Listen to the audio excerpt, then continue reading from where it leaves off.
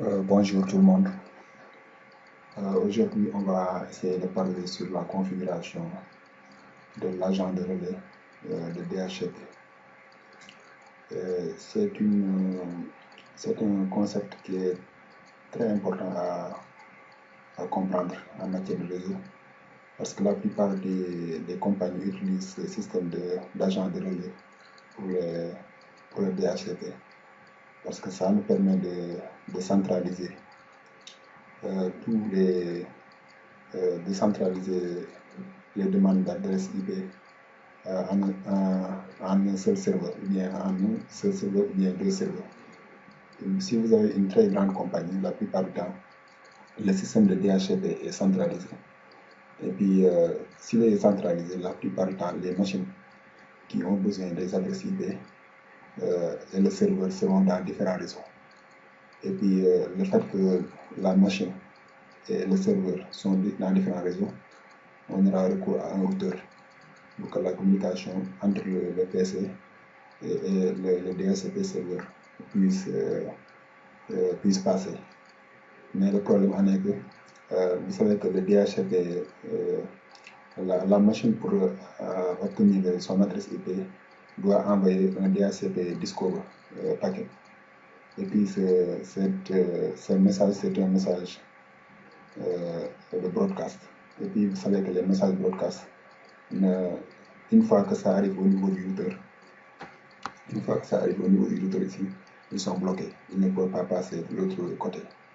Donc, pour pallier à ce problème, on doit utiliser ce qu'on appelle l'agent de relais pour le DHCP.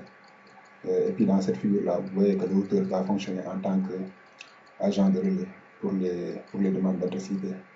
Et puis, je vais essayer d'utiliser Cisco Packet Tracer pour vous montrer comment on peut faire la configuration au niveau du routeur et au niveau du serveur aussi. Alors, je vais essayer d'utiliser deux routeurs avec Cisco Packet Tracer pour vous montrer comment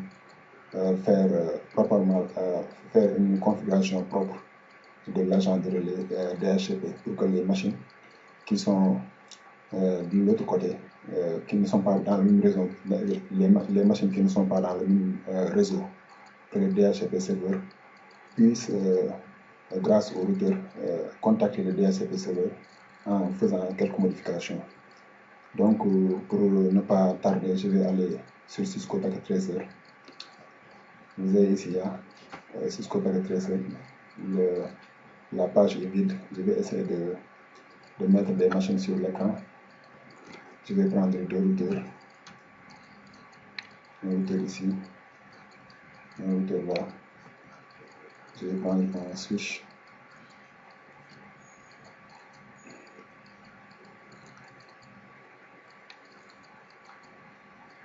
Je vais prendre deux machines qui vont fonctionner ici comme ça.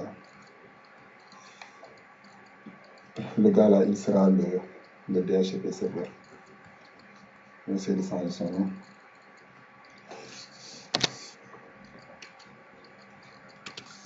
DHCP serveur.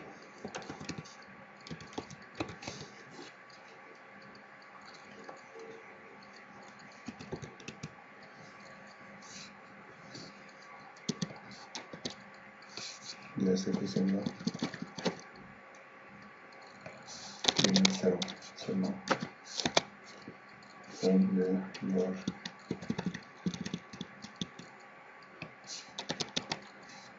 Voilà, DHCP serveur. Et puis le gars là, il sera le routeur. On va laisser sera routeur 1.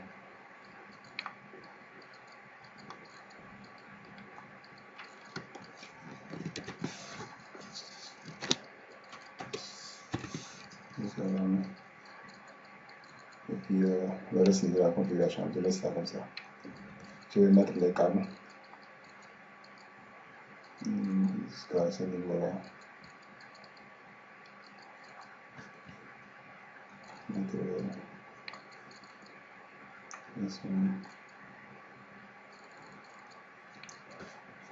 Je mets le câble ici, je prends un structure cable. ouais,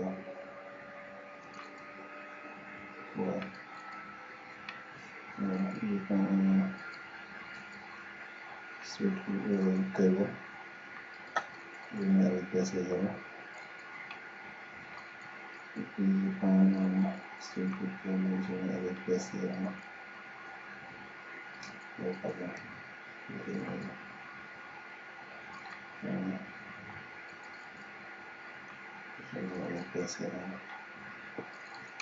voilà.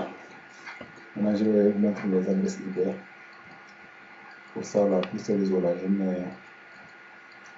vais prendre le réseau. Pour ce réseau, je prends 192.168.2.0 avec 24 bits pour le masque sous réseau.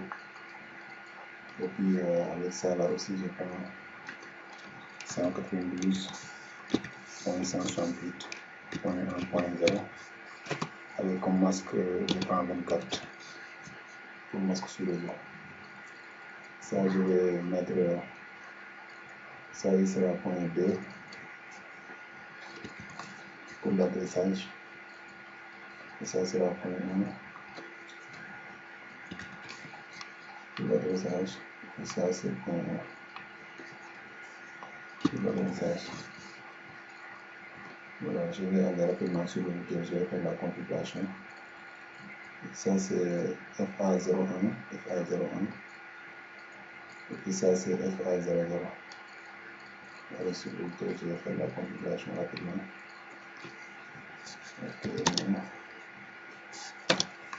je mets un réseau. Je vais mettre 192. Je vais utiliser cette configuration-là, c'est plus rapide. Je vais aller ici, là. Je vais mettre 192.168.1 avec le masque. Et puis j'ouvre l'interface. Je vais aller sur l'interface 01. Je mets 192.168.2.1 et puis j'ouvre l'interface. Ok, je vais sur le routeur ici là. Je vais sera sur face internet 01. Je mets 192.168.2.2. Voilà, j'ouvre l'interface. Voilà. Maintenant, qu'est-ce qu'on va faire? On va essayer de configurer le gars là comme DHCP serveur. Et puis il va servir les machines qui sont ici. Donc on va utiliser l'adressage de 192.168.1.0. Attends, je vais essayer de vous montrer comment on fait la configuration. Que le Michel Harris soit un DHCP serveur. Je sors ici là. Je vais mettre IP DHCP. Et puis la première commande qu'on a besoin de mettre, c'est exclure adresse. Exclure adresse. On met ça ici. Exclure adresse. Et puis les adresses qu'on va exclure là, on va faire les adresses qu'on va exclure, on va mettre 192.168.1.49 par exemple. Point 1, c'est l'adresse inférieure, après on met l'adresse supérieure. Là, c'est la question de marquement. Maintenant, on met l'adresse qui est l'adresse supérieure.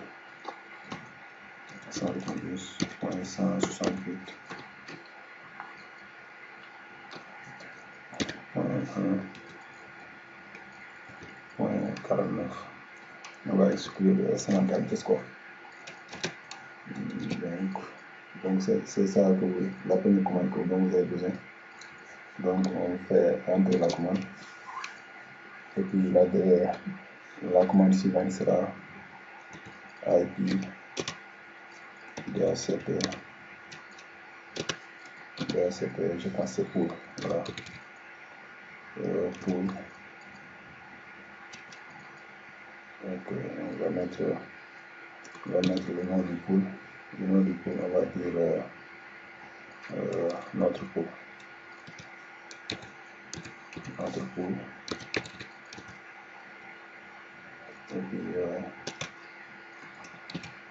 Et puis c'est fini. Voilà. Ça, c'est notre pool. Maintenant, on va aller sur. On va utiliser la question de demande pour voir les options qu'on a besoin. On va faire le network pour dire quel réseau sera cette pool. Et puis on va mettre aussi le default router. C'est ça seulement dont on a besoin. DNS server là, je n'ai pas besoin pour cette démonstration. Donc je vais faire network 192.168.1.0 et puis avec le masque sous réseau, on va faire 255.255.255.0 et puis c'est fini. Alors on va mettre la passerelle, ça va dire le default router. Default router, on va mettre 192.168.1.1. Utilise la question de banque pour voir si on a d'autres options. On n'a pas d'autres options. Donc je fais entrer. Donc c'est seulement ça que vous avez besoin pour la configuration du DHCP server. On va sortir ici. On va conserver la configuration. Et puis maintenant le DHCP server est configuré, les interfaces, on a mis les adresses IP. Maintenant le problème en est que le gars là il est du DHCP server. Mais si les PC là, ils veulent, le Michel là, ils veulent obtenir une adresse IP, s'il envoie une demande d'adresse IP, si le message de broadcast arrive au niveau du routeur là, ça ne peut pas passer parce que les routeurs, par défaut, ils bloquent les messages de broadcast. Donc, je vais essayer de vous montrer, par exemple, si le message de DS le paquet quand ça vient ici là, ça ne va pas passer. Je vais essayer de vous montrer ça. Je vais aller sur simulation mode. Je vais habituer les filtres ici là. Je vais mettre DHCP. Puis on va aller ici. Voilà, on va aller sur le PC0. On va lui dire d'aller prendre une adresse IP. Demander l'adresse IP au niveau du serveur. Et puis on va fermer ici. Là, le paquet ça part ici là. C'est un paquet de DHCP. Puisqu'il n'y a pas d'adresse, les adresses qu'ils vont mettre là, ça sera 00 et puis le broadcast adresse pour dire au serveur, pour dire au routeur que ça c'est une demande d'adresse quoi. Donc on va lancer le paquet. Puisque c'est broadcast, quand ça vient ici là, ça retourne. Parce que le routeur là, il ne veut pas, par défaut, il bloque les messages d'adresse, les messages de DHCP. Donc c'est ça. Qu'est-ce qu'on va faire? On va retourner sur real-time mode. Donc maintenant pour régler ce problème là, ce que vous avez besoin, c'est la seule commande là dont vous avez besoin. Mais il faut faire très attention pour utiliser cette commande là. Il faut mettre cette commande au niveau de l'interface qui reçoit les demandes d'adresse.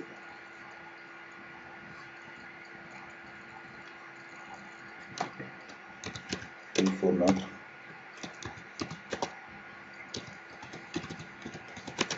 la commande au niveau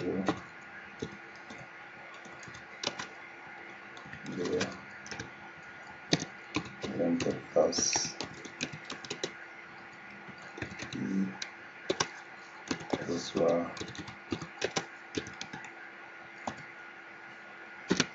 les demandes d'adresse IP.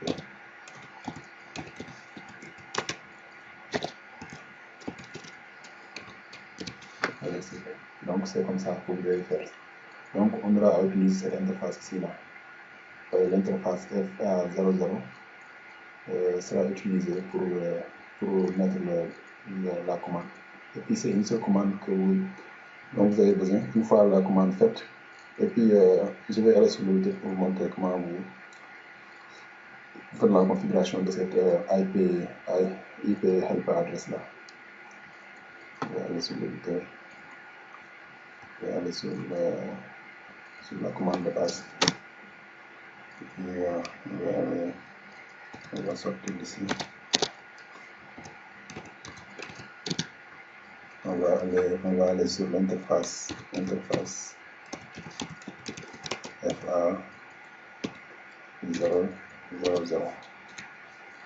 Et puis on va dire IP helper adresse. Et puis je la demande pour voir. Là, il demande la destination d'adresse. Maintenant, la destination d'adresse là, ça sera l'adresse du serveur. Donc on va mettre l'adresse du routeur ici là, qui sera le 192.168.2.2. Donc on va aller sur le routeur 1 encore. On va dire 192.168.2.2.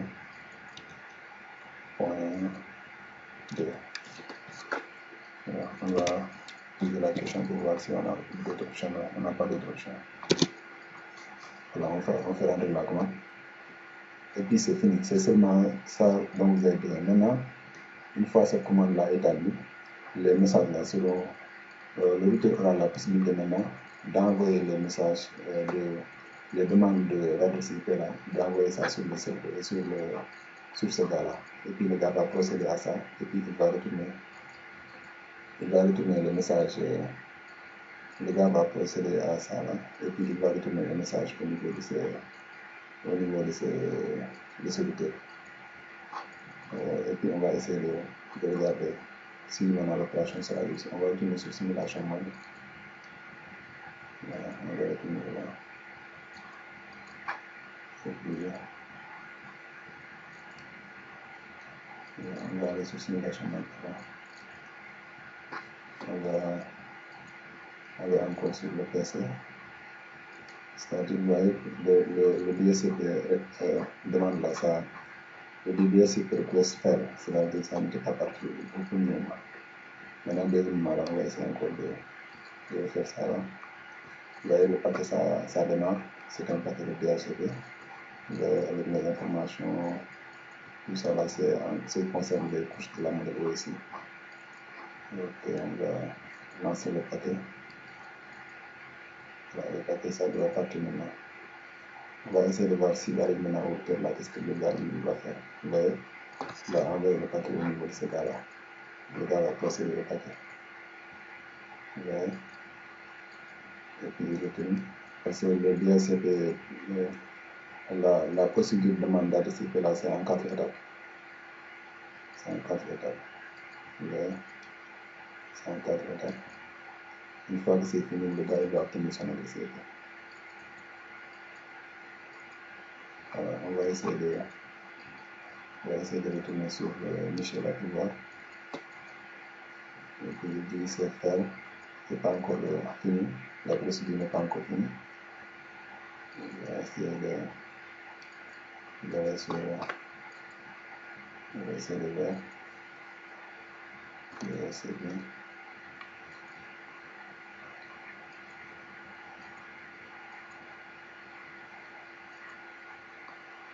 On va retourner sur le time mode.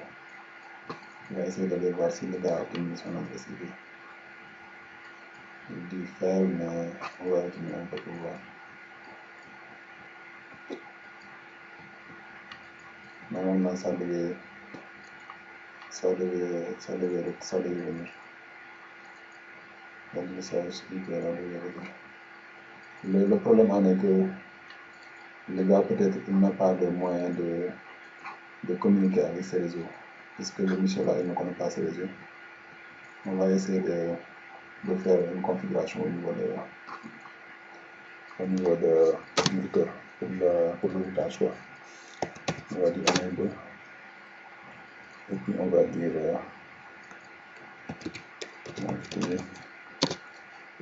IP route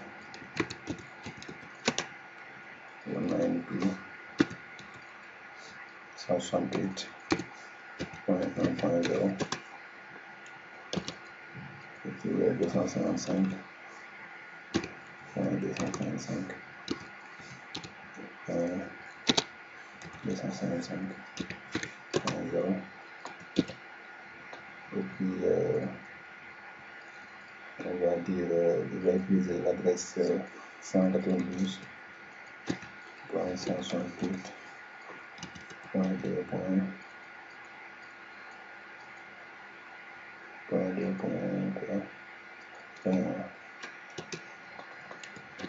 et puis c'est fini. Alors on va essayer de voir si demain ça va marcher.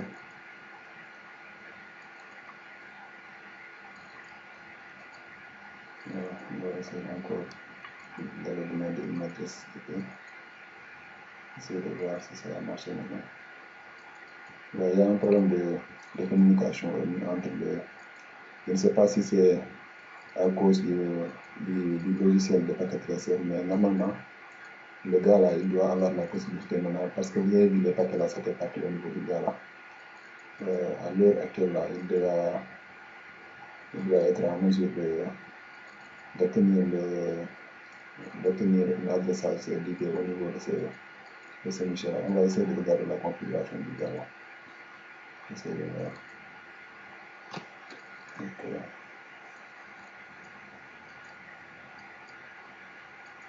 on va essayer de voir la configuration. On va dire show run.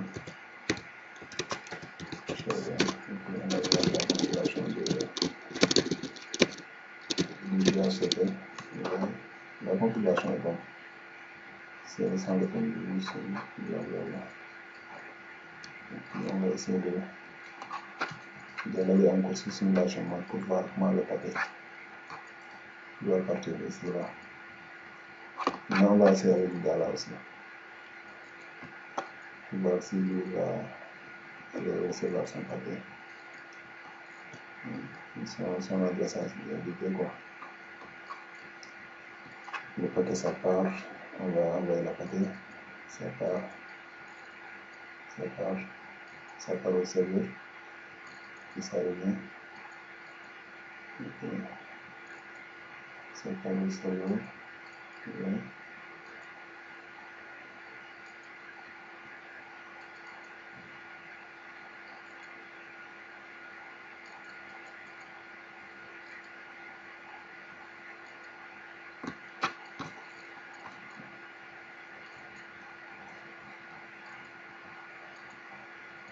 On va bien sûr essayer de revoir que ça.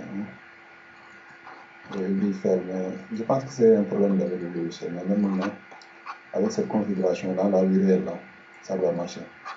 Donc il faut vous mettre en tête que c'est ça dont vous avez besoin. Par exemple, si vous avez un serveur qui n'est pas sur le même réseau que les machines dont vous voulez allouer les adresses IP, vous n'avez qu'à utiliser cette commande-là, IP help address, au niveau de l'interface qui reçoit les demandes. Donc, en quelque sorte, c'est la raison pour laquelle j'ai pris le temps pour faire cette vidéo. Et puis, je pense que vous avez appris quelque chose. Et je vous remercie d'avoir regardé et je vous dis à la prochaine. Merci beaucoup.